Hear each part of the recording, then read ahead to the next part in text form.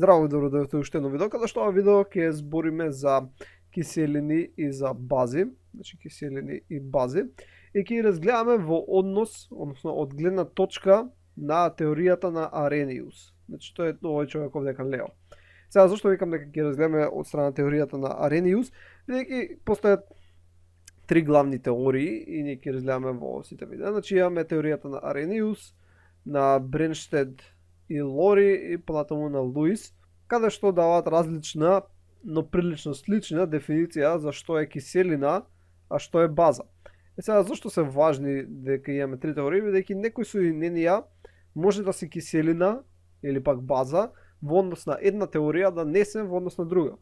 Например, што мислам со тоа? Да речеме дека имаме некое соединение X, значи постои некое соединение X, ако тука ќе го забележам, каде што X во однос на теоријата на Арениус не е ни киселина ни база. Значи нема да стои ни овдека ни овдека. Едноставно не е ни киселина ни база. Но ако идеме по теоријата на Бренштед и Лори, која ќе разгледаме во наредното видео, да речеме дека тоа X соединение е киселина. Така што некогаш викаме дека дадено соединение, например соединение Y, е Луисова киселина, значи ја ќе напишам Луисова киселина, сега брежам со кратки букви, но не е, например, Арениусова киселина. Најчесто се поклопуваат, значи ако е киселина во едното, најчесто е киселина и во другата теорија, но не секогаш, значи не за сите соединенија. Добро, ајде да не ме бунам понатаму. Да видиме некои општи примери однака од секојдневен живот за киселини и бази. Значи знаеме работи што се кисели, се најчесто киселина пер лимон. Така знаеме дека сокот од лимон е кисел. Така, зашто има киселина во него, има лимонска киселина или пак оцет. Оцетот е кисел, така кога ќе ставиш во супа за да биде покисела моца супата. Например, оцетната киселина е CH3 COOH. Не е битно сега да знаете химската формула, но само да видиме дека имаме различни соединенија кои може да бидат киселини.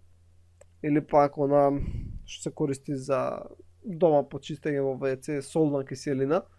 Таа не е солна, нормално видовме во минатите видеа дека таа е всушност хлороводородна, односно HCl.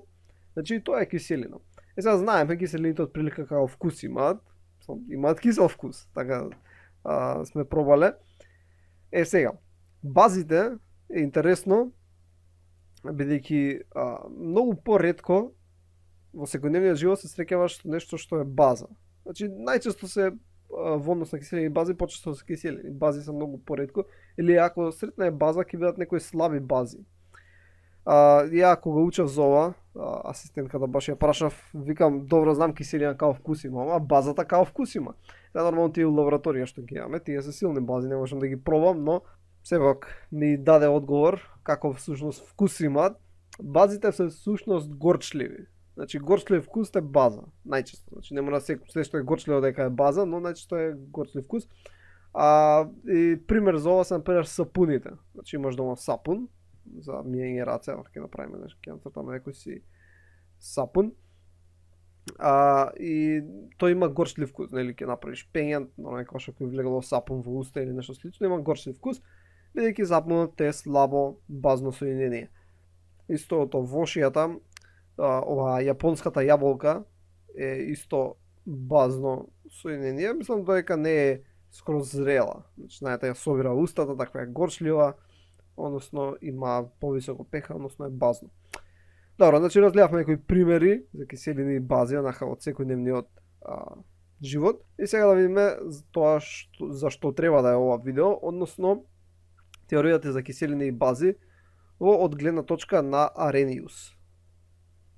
Значи овој тип овдека лево е Арениус и он ја предложил следнава теорија.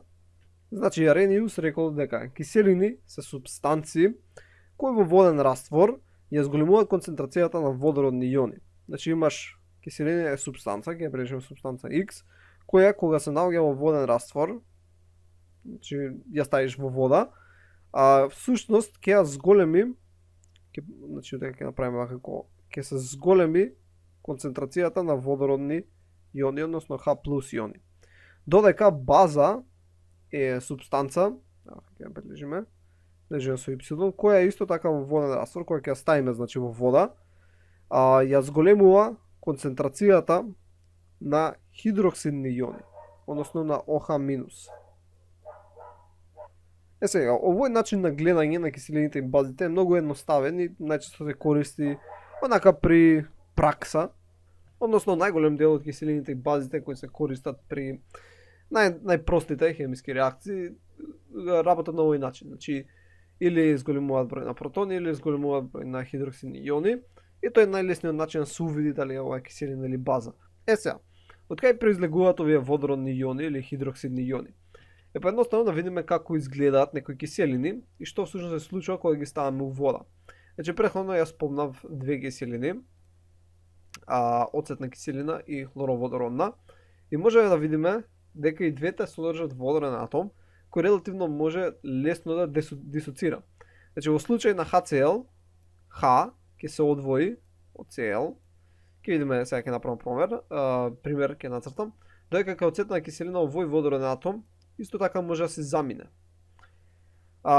Добро, ајде сега да видиме некои примери, односно ќе нацртам на страна, да речеме земеме еден сад и го наполниме со вода, така значи овде ќе имаме молекули на H2O. И сега да речеме дека ги ставиме некоја киселина.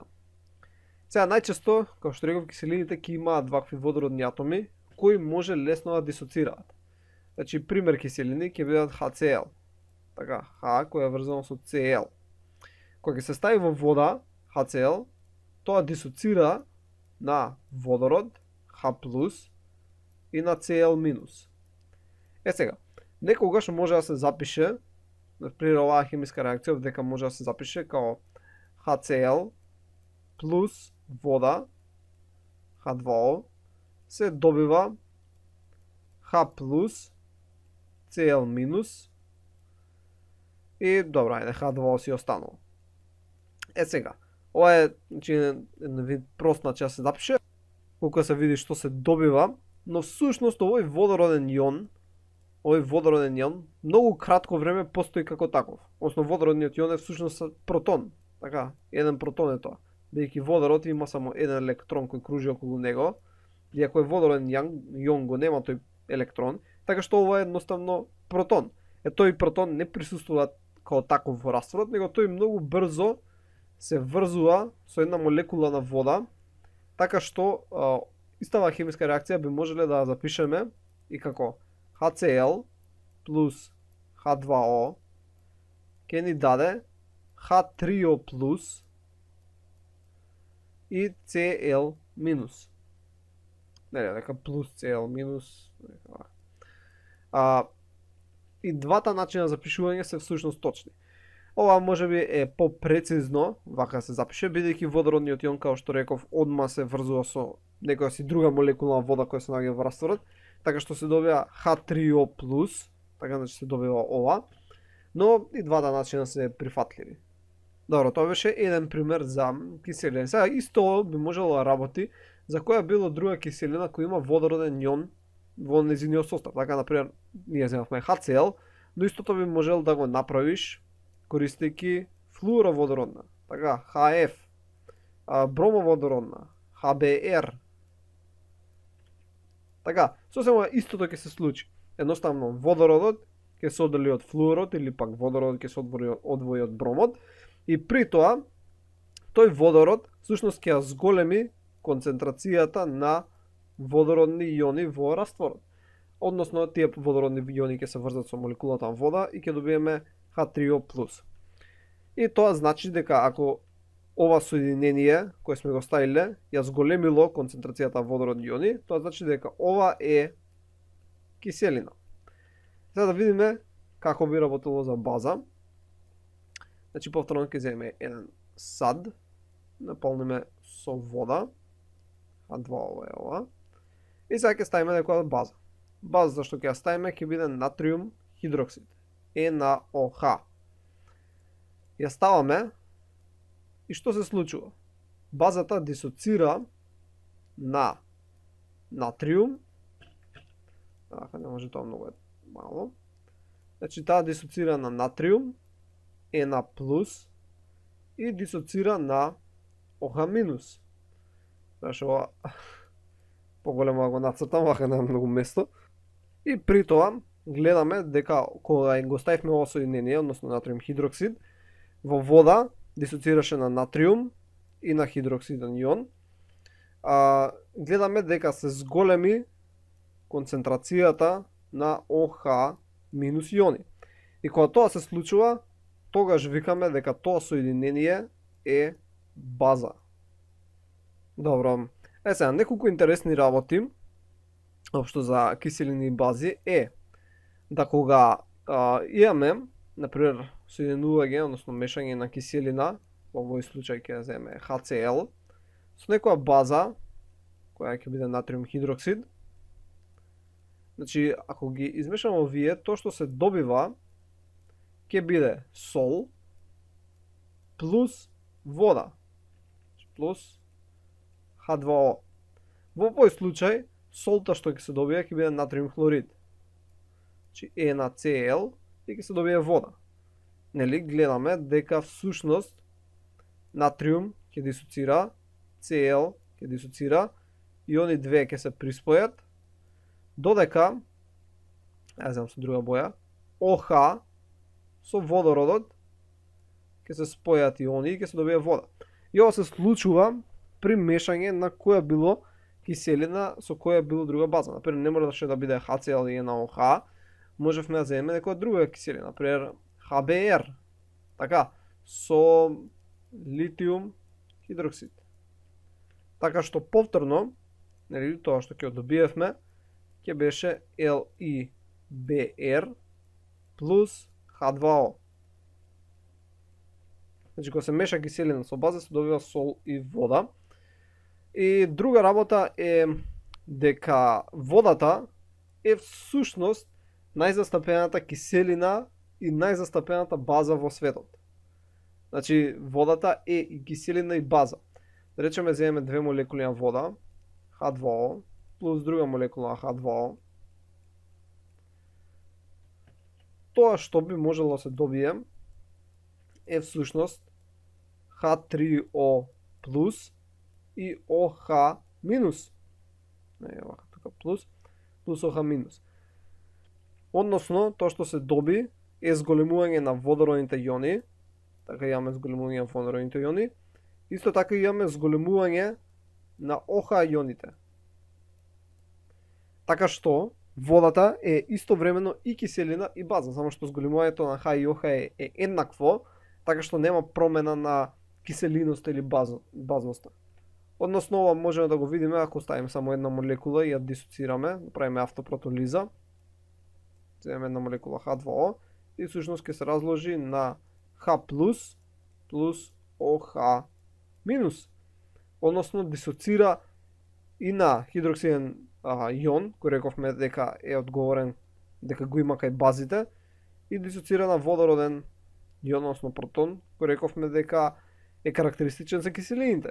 Така што водата се нарекува амфолит, односно се однесува и како киселина и како база.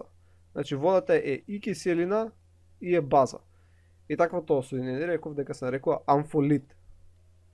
Добро, и сега како за крај, што сакам да спомнам нешто за всушност за базите во однос на ова видео, е например зависно од книгата која користите, теоријата на Арениус може да биде односно да се применува само врз соединенија, например за бази конкретно, кои имаат OH во нивната структура. Значи дали натриум хидроксид, дали е тоа литиум хидроксид или пак некој соединение. Значи ако има OH, викаме дека е база. Но всушност во некои учебници не мора да има OH за да биде база, едноставно треба само да се зголеми концентрацијата на OH на растворот. И тоа може да се случи на следниот начин. Например, имаш некое соединение, ќе обележиме X. Нека не мора да биде X, нека биде CH2 NH2. Ова треба да е CH3. Сега, ова соединение, како што може да видиме, нема OH група, така што нема OH да дисоцира и да ја зголеми концентрацијата. Но всушност, ако ова соединение се стави во воден раствор, значи земеме еден сад каде што имаме вода и го ставиме ова соединение, ќе се зголеми концентрацијата на ОХ хидроксидните иони. Така, како тоа? Поедноставно ова соединение влијае врз молекулите на вода. А молекулите на вода видовме дека може да дисоцираат на ОХ иони. Така што, кога ќе се стави ова соединение, ја тера молекулата да дисоцира, така што се зголемува концентрацијата на ОХ иони. Додека протонот, нели се ослободува и протон исто така, Х+, протонот се врзува со ова соединение, така што тоа соединение сега станува всушност CH3 NH3+. Така што, при ставање на ова соединение, ние всушност успеавме да зголемиме концентрацијата на ОХ иони, хидроксидни иони, и затоа ова соединение, кој го бележи со портокалова, е всушност база. Во некои ученици не е така дефинирано, но окей. Добро, тоа беше се за ова видео, се надам дека научивте нешто ново. Општо за, значи зборевме општо за киселини и бази, зборевме подетално за теоријата за киселини и бази од гледна точка на Арениус. И ќе се видиме во наредното видео, каде што ќе разгледаме повторно за киселини и бази, но од гледна точка на Бренштет и Лори. Довидување.